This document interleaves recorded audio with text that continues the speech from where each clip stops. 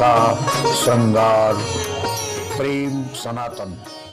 राम, दो शब्दों का एक नाम है राम, जिसमें संपूर्ण ब्रह्मांड समाहित है। राम जो चर अचर सब में रहता है, और उसी राम कथा को भांति भांति के लोग अपने अपने ढंग से समाज में देते चले आए हैं। हमको लगता है कि राम कथा का जब लेखन कर रहे थे गोस्वामी तुलसीदास, तो उन्हें मालूम था कि 100 साल 200 300 साल बाद इसी राम कथा को लोग अपने अपने ढंग से, अलग अलग ढंग से उसकी विवेचना करेंगे, जिसके जो मन में आएगा वो पढ़ देगा। और शायद इसीलिए गोस्वामी तुलसीदास ने रामचरितमानस में ही लिख दिया था, हरि अनंत हरि कथा अनंता, कहाँ ही सुनहि बहुविध सब संता। साफ साफ इशारा गोस्वामी तुलसीदास ने कर दिया था। राम कथा के बहुत गायक हैं, और आज राम कथा के जिस विचित्र गायक को मैं लेके आया हूं, जब राम कथा वो अपने मुख से कहती हैं तो ऐसा लगता है कि गंगा कल कल का कलरव करती हुई प्रवाहित हो उठी हो, और ऐसा लगता है कि एक साथ न जाने कितनी राधाओं के नुपुर अपने आप बजने लगते हैं।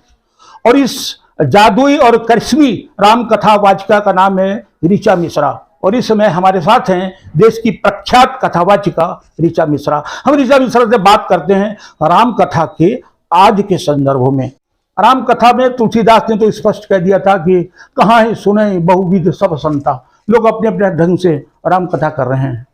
राम कथा आपकी मैंने भी सुनी है, कुछ विचित्र प्रसंग आपने उठाए। क्या नहीं लगता कि राम कथा 500 साल से गोस्वामी गाई जा रही इस देश में, उसके बाद भी समाज का विघटन, परिवारों के अंदर की जो स्थिति है, वो उसका असर घरों में नहीं दिख रहा है? क्या कारण है? जैसा कि आपने कहा, अनंत कालों से राम कथा का वाचन हो रहा है, और ये कथा भी इतनी प्राचीन है कि महादेव द्वारा रचित है। रचि महेश निज मानस राखा, अपाई सुसमय सेवा संभागा। तो जैसे गंगा सबसे प्राचीन है, लेकिन गंगा नित्य नवीन है, तो वैसे ही श्री राम कथा है।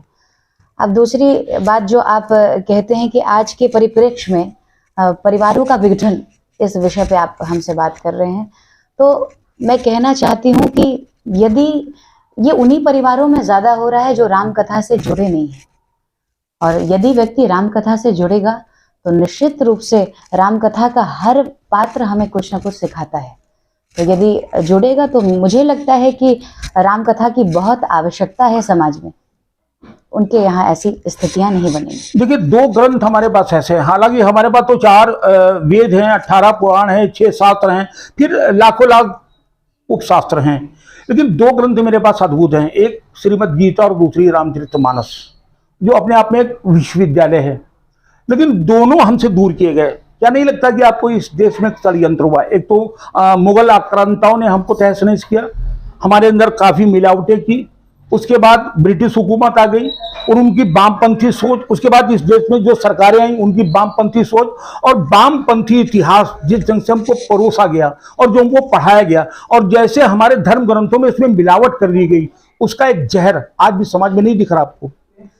हाँ, वो तो निश्चित रूप से हमेशा से रहा है, लेकिन मैं एक बात कहा करती हूँ, शायद ये किसी को अच्छी लगे या ना लगे, लेकिन मुझे लगता है कि हम हर व्यक्ति समाज में ये कल्पना करते हैं राम राज्य की, कि हर व्यक्ति के अंदर एक अच्छा चरित्र आए, सारी चीज़ें अच्छे चरित्र का आत्मसात व्यक्ति करे।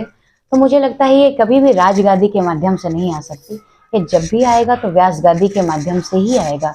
तो ऐसा मैं सोचती हूँ। एक बार, कई बार अखाड़ों द्वारा भी ये बात उठी और कई लोगों ने ये बात उठाई कि स्त्री को व्यासपीठ पर नहीं आना चाहिए, जबकि अगर देखा जाए तो त्रेता से लगाकर, चाहे द्वापर हो चाहे त्रेता हो, चाहे हर युग में स्त्री ने समाज का मार्गदर्शन भी किया, और ज्ञान वहीं से हमको प्राप्त हुआ। जब जब असुर बढ़े तो उनका संहार करने में भी आदि शक्ति ही आई, और उस आदि शक्ति अगर व्यासपीठ पर बैठकर समाज को वो दिशा दे रही है, तो उसमें विरोध किस बात का? अब ये अपनी अपनी विचारधाराएं हैं, लेकिन मैं सोचती हूँ कि जो ज्ञानी है तो उसे शरीर तक सीमित नहीं रहना चाहिए, क्योंकि भगवान शुकदेव के जीवन में एक घटना आती है कि मैं आपको थोड़ी विस्तृत चर्चा बताना चाहती हूँ कि भगवान शुकदेव जब जन्म होता है तो वो जंगल की ओर भागे, तो जंगल की ओर भागे तो कुछ स्त्रियां निर्वस्त्र होकर स्नान कर रही थी। पिता व्यास पीछे पीछे हैं। तो वो स्त्रियां स्नान, सुखदेव भगवान गए, उन्हें कोई फर्क नहीं पड़ता। लेकिन जब पिता व्यास जी जाते हैं तो वो अपने वस्त्रों को धारण कर लेती हैं। तो उन्हें बड़ा आश्चर्य हुआ ये देखकर। तो उन्होंने पूछा कि अभी मेरा युवा बेटा यहाँ से पार हुआ, आपको कोई संकोच नहीं, और मैं तुम्हारे दादा की उम्र का, तुम्हें इतना संकोच होता है। तो उन्होंने कहा, क्षमा कीजिएगा, दरअसल अभी अभी जो आपसे पहले गए हैं उनकी दृष्टि में स्त्री पुरुष का भेद नहीं है, वह तो आत्म तत्व के ज्ञानी हैं। तो जो आत्म तत्व के ज्ञानी हैं, सबसे बड़ी चीज है यही। और शरीर भाव से, और फिर भी स्त्री होना ही अपने आप में विलक्षण है। श्रीमद् भागवत कथा में भी जैसा हम जानते हैं कि बहुत जगह माता लक्ष्मी ने प्रवचन दिया है, बोला है, और मैया जानकी ने भी बहुत सारी सिखावन दी है। तो मुझे लगता है कि इन सब बातों को समाज में इस तरह से नहीं लेना चाहिए। ऋचा जी, आप लोग जब राम कथा करती हैं तो भरत चरित्र की काफी ज्यादा चर्चा होती है, और आमतौर पर भरत चरित्र सुनते सुनते आदमी जिसे आंसू आ जाता है, लेकिन कहीं नहीं लगता कि उसका एक दूसरा पहलू को खूबसूरती से जो पुरुष कथावाचक हैं वो दबा देते हैं। अब हमको लगता है आप स्त्री हैं, तो आप इसको शायद अच्छा जवाब देंगी कि भरत से ज्यादा तो कष्ट और तप दो और स्त्रियों ने भी किया ना उस महल में, मांडवी और उर्मिला ने। सीता से, मांडवी और उर्मिला ने, यानी भरत की पत्नी और लक्ष्मण की पत्नी, दोनों 14 वर्ष उसी राजमहल में रही दशरथ जी के, और चाहते उनके माँ बाप उनको ले जा सकते थे कि जब पति नहीं तो तुम क्या करोगे, तुम मेरे साथ चलो, लेकिन दोनों नहीं गई और दोनों वहीं रही। श्री रामचरितमानस का हर एक पात्र हमें सिखाता है भाई। अगर रामचरितमानस इतना अगाध ग्रंथ है, हर एक पात्र, और संयोग से हम लोग 3 दिन से अयोध्या कांड के ही विषय में चल रहे हैं, और कुछ ना कुछ चर्चाएं हो रही हैं। अभी तक हम भरत चरित्र के समीप तक नहीं पहुंच पाए हैं। संभवतः कल तक ऐसी राम कथा में चर्चा हुई है कि कल निश्चित रूप से भरत चरित्र के विषय में गाया जाएगा। तो हम चाहते हैं कि जब आप यहाँ कथा करेंगे भरत चरित्र, तो भरत जी के साथ साथ मांडवी और उर्मिला का ध्यान जरूर रखिएगा, जरूर। उनका तप उनसे भी ज्यादा बड़ा था, क्योंकि भरत जी जब वहां तप कर रहे थे बैठ करके नहीं गए, तो उर्मिला छत के ऊपर आके खड़ी हो जाती थी, वो मांडवी उनकी पत्नी छत के ऊपर खड़ी रहती थी, और उनको मालूम था कि जब दीपक बुझ जाएगा तभी भरत हमारा सोएगा, और जब तक दीपक नहीं बुझता था तब तक वो छत पे ही खड़ी रहती थी, और कभी कभी पूरी रात दीपक नहीं बुझता था। उस तप को आज अगर इस देश में उर्मिला और मांडवी हो जाए तो घर न टूटे शायद। जी बिल्कुल। और अब घर को आप ही लोग बचा सकती हैं। सेलुलाइट पर्दा सिनेमा से लेकर के और मोबाइल की स्क्रीन तक जो परोसा जा रहा है वो जहर है, और वो घरों को तोड़ रहा है, और घरों को बचाने के लिए सरकार नहीं बचा सकती, और समाज एकजुट होकर नहीं आएगा। इस दायित्व का निर्वाह आप लोगों को करना पड़ेगा। क्या कर रही हैं आप?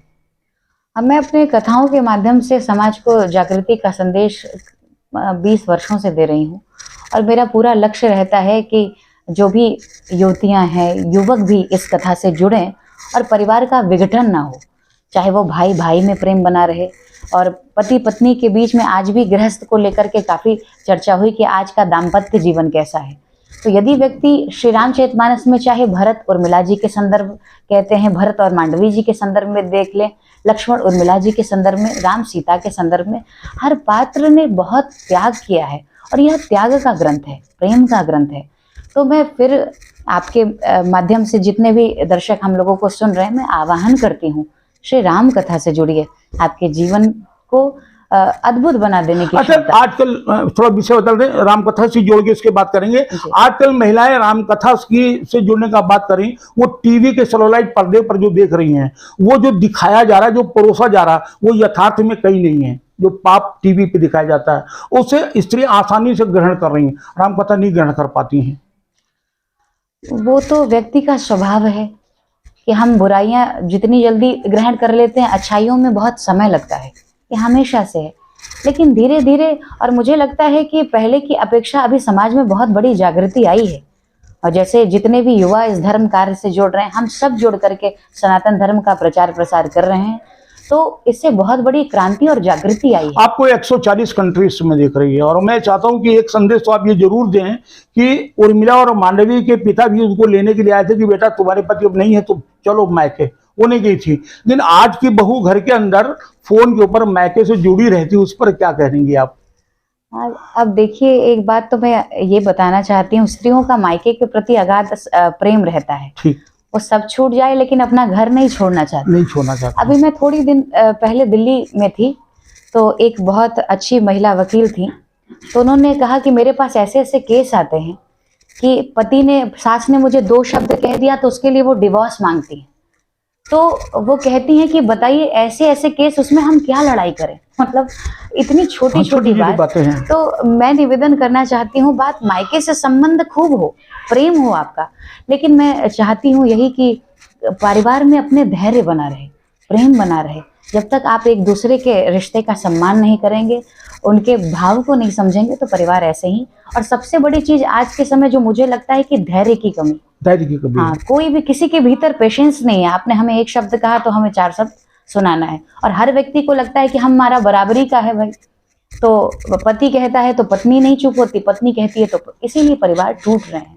तो फिर भी मैं अभी भी आमंत्रित करती हूँ कि राम कथा एक ऐसा कथा है, कैसे परिवार को इतना सुंदर बनाया जा सकता है। ये सारी चीजें अगर हम सनातन धर्म से जुड़ेंगे तभी संभव है। अच्छा ऋचा जी, इधर आप देख रहे हो कि यूथ जो यंग लड़का है, जो कभी डिस्को में और डांस में पड़ा रहता था, इसमें धर्म में कुछ ज्यादा जुड़ रहा है। कैसा लग रहा है आपको देख के? मुझे बहुत अच्छा लगता है, और मुझे लगता है कि कोरोना ने, जो बीच में कोरोना आया, उसने लोगों की बुद्धि और अकल सब ठिकाने लगा दी कि कोई अदृश्य शक्ति ऐसी है जो सच में, जैसे ईश्वर हैं, लोग प्रमाण पूछते थे ना कि कहाँ है ईश्वर। पहले मैं तो 20 वर्षों से पूरी समाज की यात्रा में हूँ, तो लोग हम लोगों से कहते थे दिखाओ ईश्वर। तो जब कोरोना आया तो उन्हीं लोगों से कई लोग मिले हमसे, तो हमने पूछा उनसे कि बताओ कोरोना कहाँ है, जो दिख नहीं रहा है लेकिन तुम पर इफेक्ट करता है। वैसे ईश्वर है, तो दिख तो नहीं रहा लेकिन उसकी सत्ता सब काम करती है। तो मुझे लगता है एक बीच में उसके कारण भी लोगों पे बहुत भक्ति भावना आई, और लोग घर में और रामायण जैसे सीरियल को बैठ करके इतना देखा गया कि शायद जब निकला होगा रामायण जितना तब देखा गया, तो बीच में कोरोना के वक्त भी लोगों ने देखा। वो गोस्वामी जी ने तो लिखा है कि विनय न मानस जल जल गए 3 दिन बीत, बोले राम सकोप तब भय दिन होए न प्रीत। तो कोरोना के भय ने सब में प्रीत पैदा कर दी। और मैं तो सोचती हूँ कि आज का संत जो है, एक हाथ में माला तो दूसरे हाथ में भाला लेकर के सनातन धर्म की रक्षा के लिए निकल पड़ा है, और हम सब उनके साथ हैं।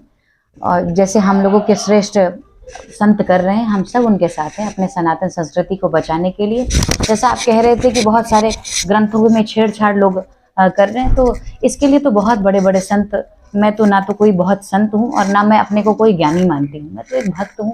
और ठाकुर जी की कृपा से, जैसा कि कल ही मुझसे किसी ने पूछा कि आप कथा कैसे प्रारंभ कर दी, तो मैंने कहा कथा को मैंने नहीं चुना, कथा ने मुझको चुन लिया, क्योंकि मैं मात्र जबरदस्त उत्तर आपका था, क्योंकि कोई चुन नहीं सकता। ये जो कार्य हैं, इसके लिए हम कहें कि हम कथावाचक बन जाएंगे तो हम नहीं बन सकते हैं। ये हमारा प्रारब्ध है जो हमें कथावाचक बना रहा है। हमारा प्रारब्ध था कि हम पत्रकार बन गए, और आपका प्रारब्ध है कि आप कथावाचक बन गए।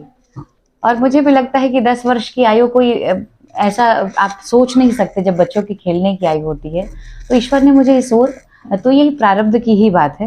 तो जितने भी संत जो भी मत देते हैं, हम सब उनके साथ हैं। बड़े बड़े संत बैठे हुए हैं, मैं उनको नमन, वो भी निश्चित रूप से इस भाव को देखेंगे, तो उनके साथ हैं। हम सब सनातनी उनके साथ हैं, वो जैसा निर्णय लेंगे उस हमको लगता है कि समाज की जो इस समय स्थिति, उसमें भाले की जरूरत पड़ेगी नहीं, क्योंकि हम लोग तो वचनों से और वादों से और बातों से ही विजय प्राप्त करते रहे हैं, और गीता में तो भगवान कृष्ण ने सब कुछ साफ साफ कह भी दिया है, तो हमको कोई युद्ध लड़ने की आवश्यकता नहीं है। और अच्छा है कि युद्ध ना हो, लेकिन भारतीय संत ये भी कहता है कि उसको किसी भी दृष्टि से कमजोर आकलन नहीं करना चाहिए।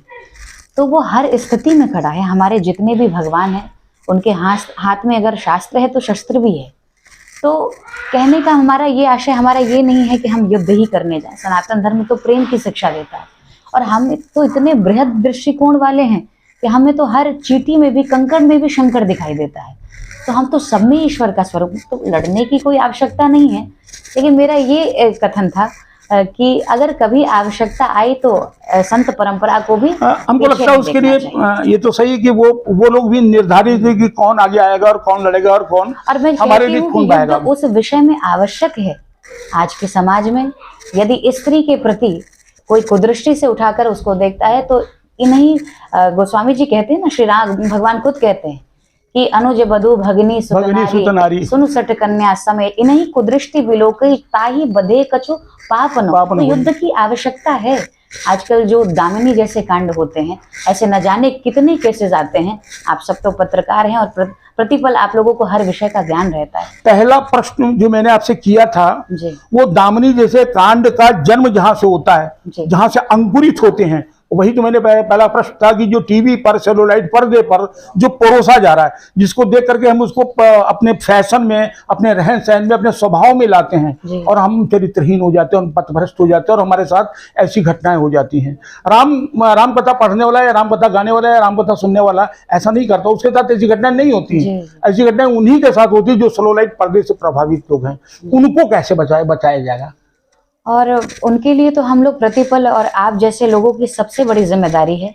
हम तो अपना कार्य कर रहे हैं व्यासपीठ के माध्यम से, लेकिन सबसे बड़ी चीज सोशल मीडिया से जुड़े हुए जितने भी पत्रकार बंधु हैं, मैं निवेदन करना चाहती हूँ हमेशा उनसे। और जहाँ अब आप उनसे निवेदन न करिए, आप अपना काम करें। मैं नोएडा से चल के यहाँ तक आ गया, अपना काम कर रहे हैं। अब काम वो करें जो आपको सुन रहे हैं। पर मैं आप उनसे कहिए जो सुन रहे हैं। अब उनका दायित्व है, आप अपना दायित्व निभा रही, मैं अपना दायित्व निभा रहा हूँ, सुनने वाला आदमी। पर मैं ये कहती हूँ, जब हम पेपर सुबह उठाते हैं तो 90% हमें केवल परेशानी, ये हुआ वैसा हुआ। तो जितनी भी आक्रामक चीजें हैं हम पढ़ क्या रहे, तो कभी तो कुछ अच्छी चीजें भी आर्टिकल आनी चाहिए कि हमारे समाज में अच्छा भी कितना हो रहा है।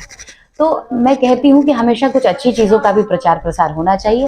और घर में भी जो सुन रहे हैं, मैं उनको कहती हूँ बहुत सावधान हो जाने की आवश्यकता है, क्योंकि किसी और के साथ, किसी और बहन बेटी के साथ दामिनी और वो 35 टुकड़े श्रद्धा जैसे कांड ना हो, इसके लिए बहुत सावधान हो जाने की आवश्यकता है।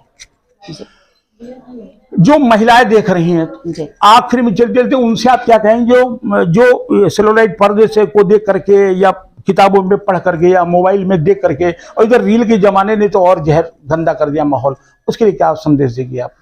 मेरा उनसे बहुत निवेदन रहता है, जितनी भी युवतियां हैं, और आजकल मोबाइल का युग है, घर में रील्स बनाए जाते हैं, तो आपको स्वयं विचार करना है कि क्या सही है और क्या सही नहीं है। और क्षणिक चीज़ों के लिए, क्योंकि आजकल तो हमें सोशल मीडिया किसी भी स्तर पे पैसा प्रदान करता है, उसके लिए लोग क्या क्या करना चाहते हैं। तो मैं चाहती हूँ कि वो बहुत सावधान हो जाइए और सनातन धर्म को आत्मसात करके और उसके अनुसार यदि आप चलेंगे तो निश्चित रूप से आपका कल्याण होगा, और वैसे ही चलना चाहिए। मेरा यही सभी देवियों से। रामचरितमानस में गोस्वामी तुलसीदास ने लिखा था, जब जब होए धर्म की हानि, बाढ़े असुर अधम अभिमानी। और गीता में भगवान श्री कृष्ण ने कहा था, यदा यदा ही धर्मस्य ग्लानिर्भवति भारतम अभ्युत्थानम अधर्मम तदात्मानं सृजाम्यहम्। तो कुल मिलाकर के दोनों का कहना यह है कि जब जब धरती पर पाप बढ़ेगा, मैं आऊंगा इस धरती के उद्धार के लिए।